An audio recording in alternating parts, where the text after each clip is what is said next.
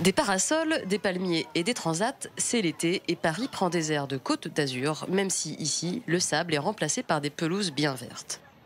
Comme chaque été, les berges de la Seine et du bassin de la Villette se transforment en véritables stations balnéaires pour ceux qui ne partent pas en vacances, qui ont envie de bouquiner sur un transat au bord de l'eau ou encore de peaufiner leur bronzage. Je suis là tous les jours, à partir de 11h du matin jusqu'à 5h, 6h. Je bronze.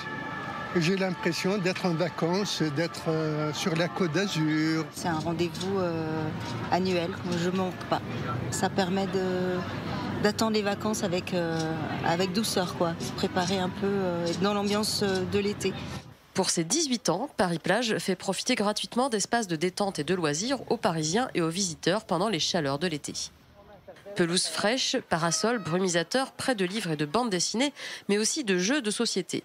De quoi se détendre en plein centre-ville, à l'abri du bruit et des embouteillages. C'est un peu un retour en enfance, qu'on se disait justement qu'on n'avait pas joué depuis des années, donc on a vu ça et on a saisi l'opportunité de venir jouer. Voilà. On a un peu vu ça au hasard et voilà, on profite du beau temps. Et pour que l'ambiance bord de mer soit complètement assurée, des terrains de beach volley ont été installés devant l'hôtel de ville. De quoi achever de convaincre les plus dubitatifs sur la nouvelle station balnéaire à la mode. Je trouve ça super sympa, les joueurs sont plutôt sympathiques, il y a plein de niveaux différents, donc c'est super sympa de jouer ensemble et puis surtout voilà, d'avoir un beau soleil comme ça.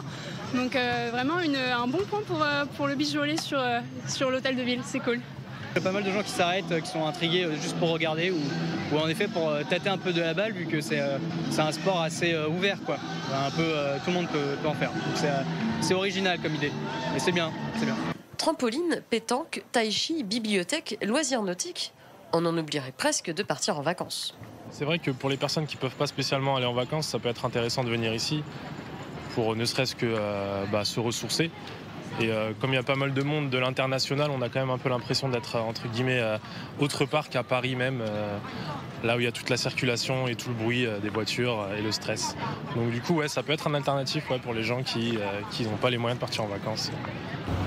Et pour tous ceux qui ne pourront pas quitter Paris ou qui adorent les rues désertes de la capitale pendant l'été, Paris-Plage, avec plus de 300 000 participants attendus, se prolongera jusqu'à la veille de la rentrée, le 1er septembre.